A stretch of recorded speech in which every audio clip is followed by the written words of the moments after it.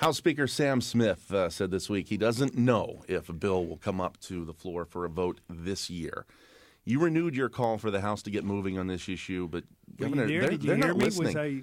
I heard you. No, they're not listening. People are listening. There are many people heavily encouraged in the legislature to address this issue, but there are members of the legislature that are playing politics with the public safety of the people of Pennsylvania. This is an area that you're not going to get 100% agreement on everything that's going out there. I keep reminding people there are 31,000 school buses that 1.5 million children ride every school day. They're going across 4,000 bridges that are structurally deficient to some extent, some now weight restricted, 10,000 miles of roads that need to be repaired. In addition to that, there are transit systems in the major cities and some of the smaller cities that need funding. Mm-hmm.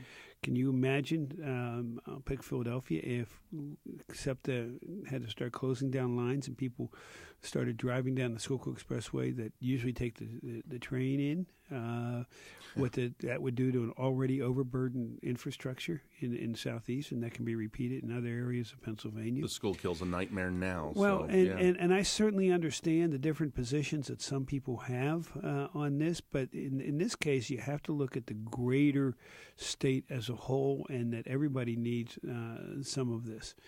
I know some people say, well, I don't want to fund a project in another part of the state. You can't look at it that way, especially in the position that I sit in. And there are some out there that refuse to budge from positions that have been determined back in 1961. As you know, prevailing wage is an issue.